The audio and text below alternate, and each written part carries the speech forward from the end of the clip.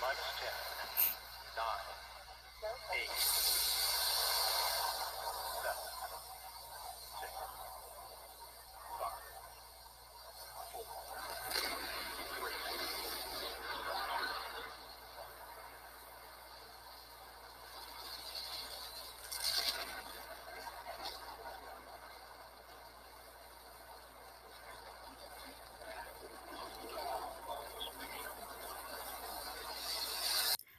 Hi, friends!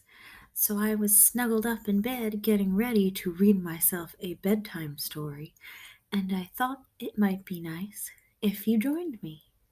So, since we are talking about space and astronauts, I found us a story about an astronaut named Astrid, and her first mission to space doesn't really go so well. So let's read our story together and find out what happens to Astrid in the book Astronaut Training. All right, I'll see you after this book. Astronaut Training by Annetta Cruz. Astrid's dream was to be an astronaut. At playtime, she built a spaceship. At dinner time, she made astronaut food. At bath time, she practiced floating in space. Bloop, bloop, bloop. And at bedtime, she counted stars. But there were too many, and Astrid soon ran out of all the numbers she knew. "Why aren't you sleeping, Astrid?" her father asked. "I'm getting ready for my astronaut mission," she explained. "You'll be an astronaut when you're big.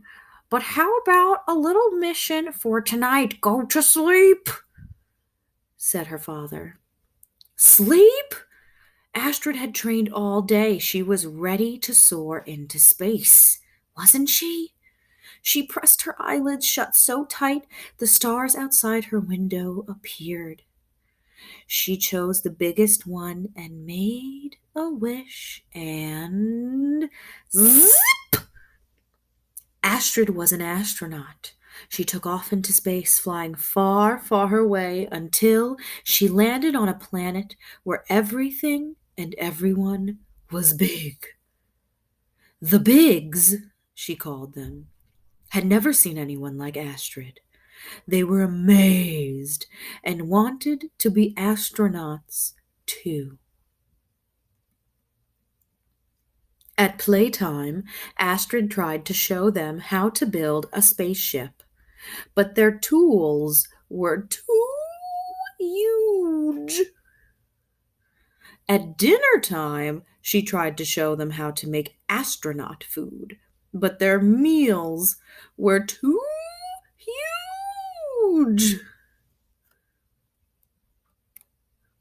At bath time, she tried to show them how to float in space, but their tub was too huge. At bedtime, Astrid and the Bigs counted stars. But when they ran out of all the numbers they knew, Astrid looked around and said, "This isn't right."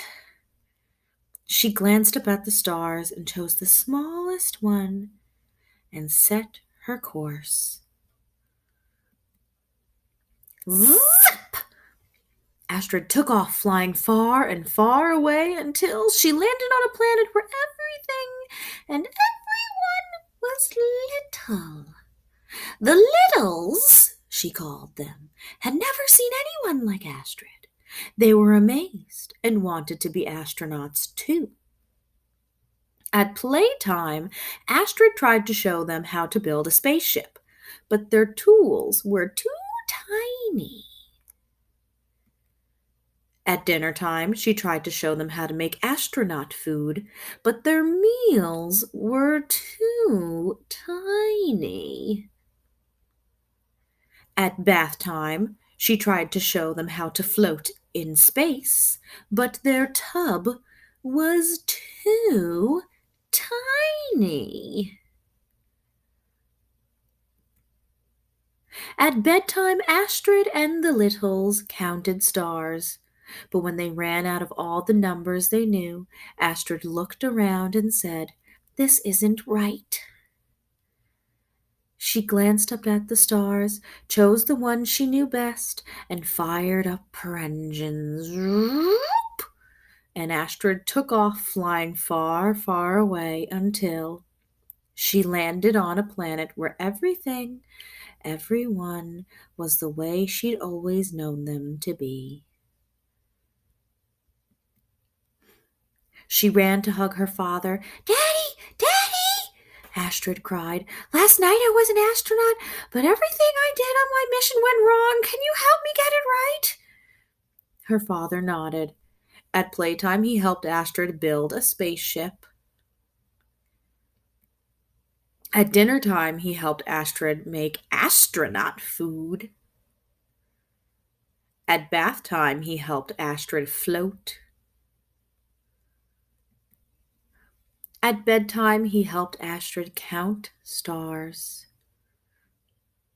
And though her father hadn't run out of all the numbers he knew, Astrid was starting to yawn. "Good night, sunshine," her father whispered as he tucked her into bed. "Good night, Daddy," Astrid replied. She drifted off, dreaming of all the wonderful worlds she would explore. Beep, boop, boop, beep, bop, boop, zoop. And after a bit more training, of course. The end. Hi, friends. Before I go to sleep, I got to thinking. Astrid was talking about training to be an astronaut. And it made me think, what are some of the things that astronauts do to train to become astronauts before they go up into space? What do they have to do to be prepared before they go to space? How do they get ready?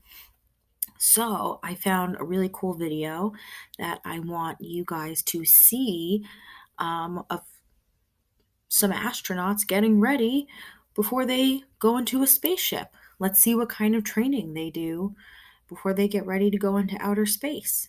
So here are some real astronauts from a very cool organization called NASA. Can you say NASA? It's NASA, NASA. It's home to all of our astronauts. And let's see what they do to get ready to go to outer space.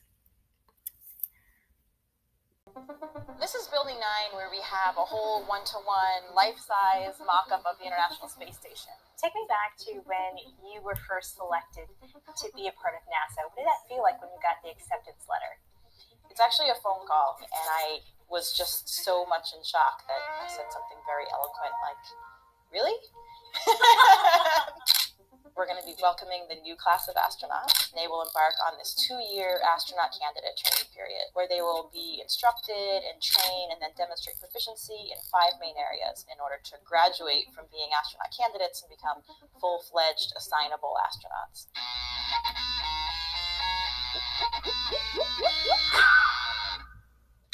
We have everyone's favorite, I think, learning how to use the spacesuit. We do that in the neutral buoyancy lab. You're weighing over 400 pounds when you're in the suit. So every movement, every hand movement is like squeezing an exercise ball. Then we have robotics training. So we learn how to fly the Canadarm, the big robotic arm that's on the outside of the space station. We still use it on a routine basis to either reconfigure the space station, using it for spacewalks, using it to do different tasks or repairs on the outside of the space station. Third area that we have is the International Space Station systems. When we're up there, if a light bulb needs to be changed or the toilet breaks, and that does happen quite a lot, We can't call a plumber or an electrician. We have to have a really diverse set of training so that we do all of that ourselves. So the fourth main area is Russian language. It's an international crew up there. Everybody has to be able to speak both Russian and English. And then the fifth main area in which we have to become proficient in order to graduate is flight training. So this is Ellington Airfield, and this is where we have our T-38s, and we do something called space flight readiness training. It is the most real-world thing that we do other than the actual flying in space. And so it also requires us to learn to prioritize, make decisions, and communicate effectively. So it's a really dense type of training that we get to do. I mean, yes, it seems very important, but it also seems really fun. I mean, dangerous, but fun. Dangerous, but fun. That's a good description of flying the T-38.